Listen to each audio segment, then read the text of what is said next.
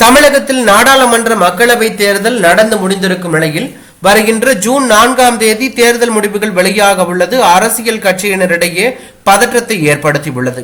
இந்நிலையில் நாடாளுமன்ற தேர்தலில் வாக்குகள் குறைந்தால் சம்பந்தப்பட்ட பொறுப்பு அமைச்சர்கள், முன்னாள் எம்எல்ஏக்கள் மற்றும் தற்போதைய எம்எல்ஏக்கள், மாவட்ட செயலாளர்கள் மீது கடும் நடவடிக்கை எடுப்பேன் என்று முதலமைச்சர் மு.க.ஸ்டாலின் ஏற்கனவே எச்சரிக்கை விடுத்திருந்த நிலையில் தற்போது தேர்தல் முடிவுகள் வெளியாக இன்னும் சில நாட்கள் மட்டுமே இருப்பதால் தேர்தலில் சரியாக பணி செய்யாதவர்களின் பட்டியலை திமுக தலைமை தற்போது தயார் செய்து வைத்துள்ளதாக தகவல் வெளியாகியுள்ளது. இதில் 2 அமைச்சர்களின் பதவி பறிக்கப்படும் என்றும் தகவல் வெளியாகி திமுகவினர் மத்தியில் பெரும் அச்சத்தையும் பரபரப்பையும் ஏற்படுத்தியுள்ளது.